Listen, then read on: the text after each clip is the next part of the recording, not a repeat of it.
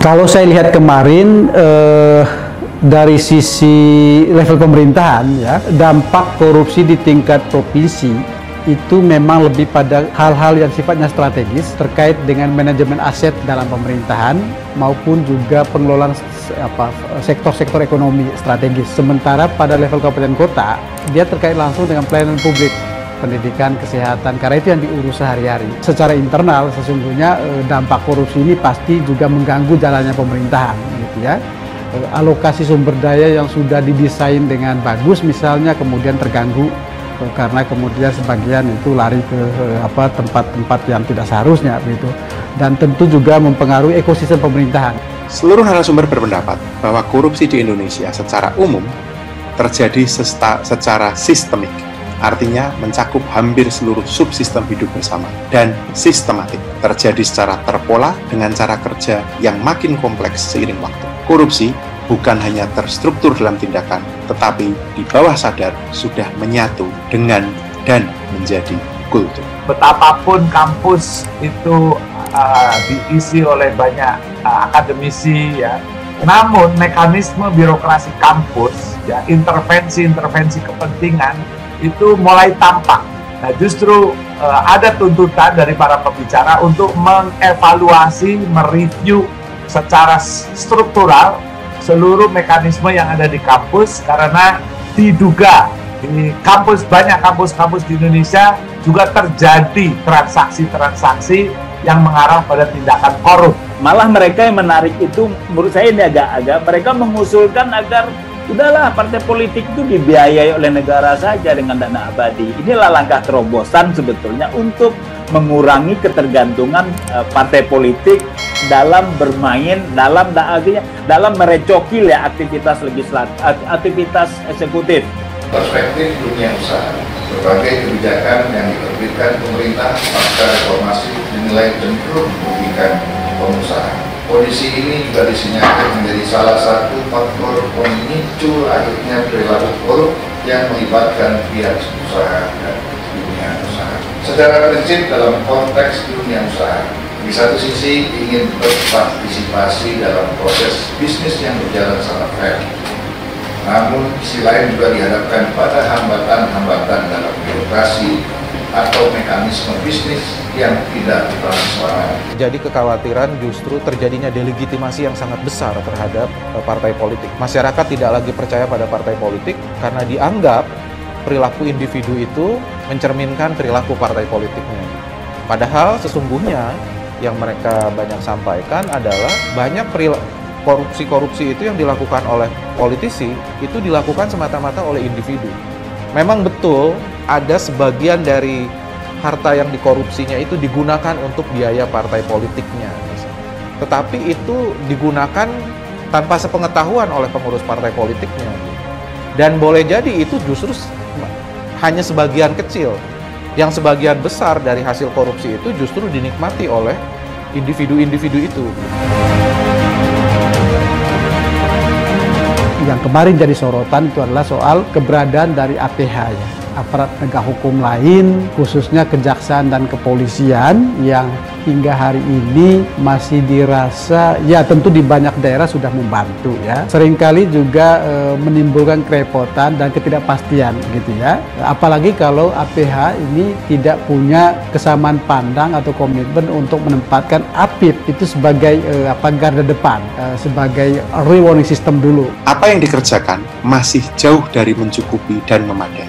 Baik KPK, Polri, Kejaksaan, maupun pengawas internal pemerintah seperti inspektur, inspektorat, dan BPK serta BPK. Upaya penindakan yang dilakukan belum menimbulkan efek jerah, sedangkan upaya pencegahan masih belum cukup sistematik meskipun sudah cukup maju dibandingkan periode sebelumnya yang ditunjukkan melalui Stranas Pencegahan Korupsi dengan fokus yang lebih jelas. Sosialisasi di zaman media sosial ini sudah kehilangan relevansi. Yang semestinya dilakukan bukanlah sosialisasi, melainkan kolaborasi yang lebih mendalam dan meluas dengan berbagai aktor di masyarakat sipil, media, akademisi, bahkan sektor privat. Para narasumber menganggap berbagai langkah yang sudah dilakukan, khususnya yang saya tangkap tadi bagaimana mereka upaya-upaya pencegahan yang dilakukan oleh KPK dan lembaga penegak hukum lain itu sangat signifikan. Tapi yang paling menarik itu adalah mereka menganggap bahwa proses pencegahan korupsi,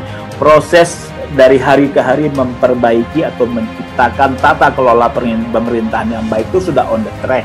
Mereka juga menyorot misalnya bahwa upaya-upaya pencegahan misalnya ada surat himbauan atau surat dari KPK soal penertiban aset dan lain-lain.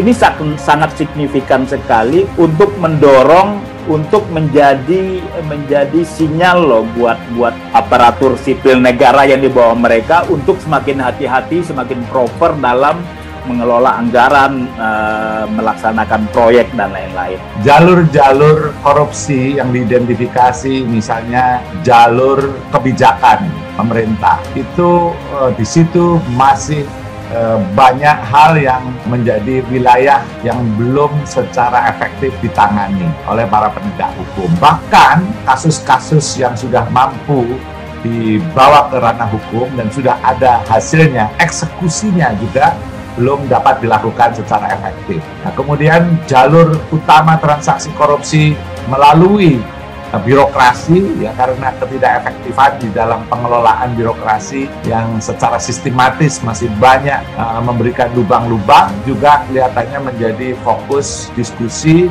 dan berkesimpulan bahwa tatanan birokrasi kita memerlukan perubahan yang cukup mendasar. Pemerintah dan DPR telah menerbitkan Undang-Undang Nomor 11 Tahun 2020 tentang Cipta Kerja. Pada prinsipnya, undang-undang ini merepresentasikan semangat dan upaya untuk melakukan deregulasi dan deregulasi dan demi mendorong pertumbuhan ekonomi nasional. Namun kembali lagi kita dikumpulkan pada realita bahwa efektivitas peraturan perundangan akan sangat tergantung pada bagaimana peraturan tersebut diimplementasikan dan dimanifestasikan di lapangan. Ya, mereka berharap sebetulnya pemberantasan korupsi ini dilakukan secara bersama-sama, ya. Baik itu oleh partai politik, tentunya oleh aparat penegak hukum, ya. Aparat penegak hukum, tetapi mereka tentunya menaruh harapan besar kepada KPK. Partai politik berharap ke depan ketika ada politisi yang melakukan korupsi, mereka mendukung bahwa mereka itu harus dihukum yang seberat-beratnya, tetapi juga jangan sampai terjadi delegitimasi terhadap partai politiknya, gitu. Karena itu dilakukan semata-mata oleh individu. Ini yang harus diperkuat, gitu ya. Sisi kepemimpinan, leadership, sisi governance atau tata kelola, kemudian lingkungan kebijakan, interaksi aktor di dalamnya, dan juga tidak kalah penting adalah kontrol publik, pengawasan media dan sebagainya, itu menjadi sangat penting. Kalau dari pembicaraan kemarin, rasa-rasanya KPK itu masih dianggap sebagai sentral dari semua upaya untuk memberikan situasi kondusif buat mereka lewat berbagai upaya koordinasi, supervisi itu, tapi juga KPK diharapkan lebih jauh dari itu untuk bisa memastikan bahwa berbagai upaya penindakan itu semakin berkurang karena pencegahan sudah jalankan secara efektif, gitu ya. Seluruh narasumber berpendapat bahwa upaya yang saat ini sudah dilakukan pemerintah harus diperkuat, diperdalam, dan diperluas. Diperkuat artinya sumber daya APH pemberantasan korupsi mesti ditingkatkan, demikian pula dengan kapasitas, serta diberi ruang dan independensi yang lebih luas. Diperdalam artinya upaya pemberantasan korupsi mesti bisa menyentuh proses bisnis pemerintah yang lebih dalam, bukan hanya transaksi yang terjadi dalam tahap implementasi di mana korupsi jamak terjadi, melainkan sejak perencanaan dan proses-proses teknokratis yang selama ini tidak tersentuh atau tidak menjadi fokus perhatian. Diperluas artinya agar upaya pemberantasan korupsi menyentuh seluruh sendi mesin pemerintah atau machinery of government, mencakup birokrasi dan seluruh tata kelembagaan serta interaksi pemerintah dengan pemangku kepentingan lain. Untuk mencapai hal ini, kerangka regulasi yang ada, kerangka institusi atau kelembagaan yang ada, serta mekanisme akuntabilitas yang saat ini bekerja mesti ditinjau kembali untuk memastikan pemberantasan korupsi bisa dilakukan lebih efektif. Sejumlah narasumber, hampir 80% narasumber menitik beratkan soal pelajaran budi pekerti, pengenalan soal Pancasila. Mereka mengutip bagaimana dulu mereka menjalani di era mereka penataran P4. Ini sangat penting kalau menurut narasumber kita, ini adalah bagian penting yang sekarang kadang-kadang sudah terlupakan dalam pembentukan karakter. Ini menurut saya pesan yang dasar sekali dan rekomendasi yang harus kita dengarkan. Kadang kita menganggap ini sepele gitu loh, sepele, nggak penting lagi. Ternyata mereka yang berhubungan, mereka yang mempunyai anak buah puluhan ribu gitu, menganggap ini sangat penting, dan ini sepertinya salah satu yang agak terlewatkan dalam upaya pencegahan tindak pidana korupsi. Yang diharapkan oleh para akademisi adalah bagaimana solusi komprehensif ya yang sistemik tadi yang diharapkan untuk bisa tumbuh dan dimulai dengan kajian-kajian yang solid ya yang melibatkan banyak pihak, dan kemudian dari hasil kajian itu dilaksanakan menggunakan upaya-upaya piloting, upaya-upaya perombakan sistemik dengan membangun island of integrity di banyak lembaga yang ada di Indonesia.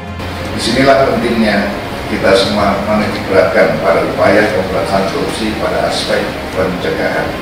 Misalnya, optimalisasi sistem pelayanan terpadu satu pintu yang dapat memangkas alur birokrasi, atau melalui implementasi ISO 37001. Yang terpenting adalah bahwa agar berdampak optimal, upaya-upaya tersebut harus dilakukan melalui langkah integratif dan kolaboratif dengan melibatkan seluruh pemangku kepentingan. Mereka mengingatkan bahwa negara ini adalah negara demokrasi ya. Kita sepakat negara Republik Indonesia ini adalah negara demokrasi dan negara hukum. Oleh karena itu, peran partai politik seharusnya menjadi sangat besar. Di sisi yang lain, seharusnya demokratisasi juga justru bisa mencegah terjadinya korupsi sebetulnya. Jadi tidak benar ketika demokratisasi dianggap sebagai upaya justru menyuburkan korupsi. Ketika itu terjadi korupsi, berarti sistem demokrasinya yang harus diperbaiki. Nah, oleh karena itu mereka berharap sebetulnya KPK bisa betul-betul bekerja sama dengan partai politik, melihat praktek-praktek real seperti apa yang sesungguhnya terjadi, sehingga dengan demikian KPK pun bisa melakukan berbagai macam upaya pencegahan yang jauh lebih jitu untuk mengatasi problem korupsi yang sudah sistemik ini. Halo, nama saya Gustika. Saya aktivis tapi juga orang muda. Sebenarnya karena sandwich generation kerjanya macam-macam, jadi bingung harus bilang dari mana. Dan sebagai orang yang kerjanya macam-macam, korupsi mengganggu keseharian saya dengan cara yang juga macam-macam. Dalam arti korupsi itu mengganggu proses untuk mendapatkan izin tertentu untuk beberapa pekerjaan, dan itu juga menjadi lingkaran setan ya di sini, di Indonesia ini.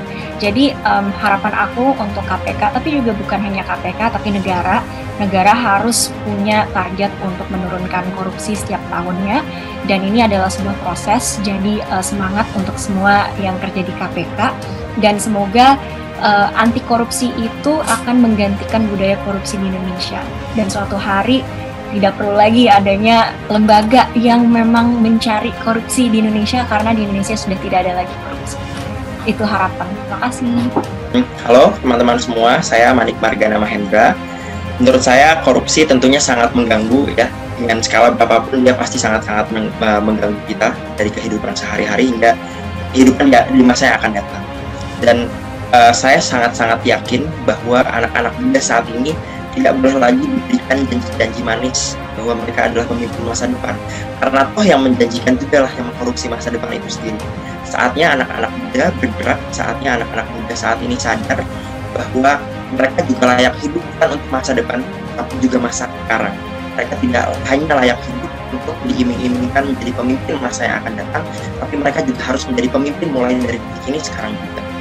Karenanya pada teman-teman semua, KPK, lembaga-lembaga pemerintahan maupun organisasi-organisasi masyarakat semangat terus untuk merawat ingatan, untuk terus merawat keresahan kita terhadap masalah korupsi yang akhirnya akan berdampak buruk bagi kita maupun generasi yang akan datang. Semoga terus dikuatkan, dan selamat Hari Anti Korupsi Sedunia, karena perjuangan melawan korupsi adalah perjuangan sepanjang hayat. Terima kasih. Halo, nama saya Lia Toriana, saya founder dari Youth Proactive. Selama 13 tahun terakhir saya aktif di non-profit profesional dan juga sebagai aktivis. seberapa mengganggu sih korupsi buat saya, buat keluarga, buat lingkungan kita udah sangat mengganggu sekali. Kalau skalanya 1-10 mungkin 20 ya, 2 kali lipatnya 10 gitu, dan luar biasa mengganggu, bukan hanya karena ini berdampak langsung bagi kami gitu ya, bagi kita semua, tapi bagaimana kemudian ini bisa berdampak bagi generasi hari ini dan di masa depan begitu. Dan tentu meskipun dari gangguan yang luar biasa tadi, saya tetap memiliki harapan untuk Indonesia yang tentunya jadi lebih baik gitu ya. Saya masih mau punya optimisme bahwa ke depan generasi kita semuanya, tidak hanya generasi hari ini, masa depan, tapi generasi yang punya PR sebetulnya, yang buat apa yang terjadi di hari ini itu sama-sama bertanggung jawab, accountable gitu ya, to takes everyone accountable gitu ya, bahwa apa yang mau kita lakukan di Indonesia ke depan itu tidak hanya akan merugikan kita, tapi mestinya bisa membawa manfaat untuk kita semua. Selamat Hari Anti Korupsi Sedunia. Ini bukan cuma peringatan, ini bukan cuma perayaan, ini adalah perlawanan kita semua untuk melawan korupsi. Semangat untuk kita semua sekali lagi, dan semangat juga untuk KPK dan teman-teman. Terima kasih.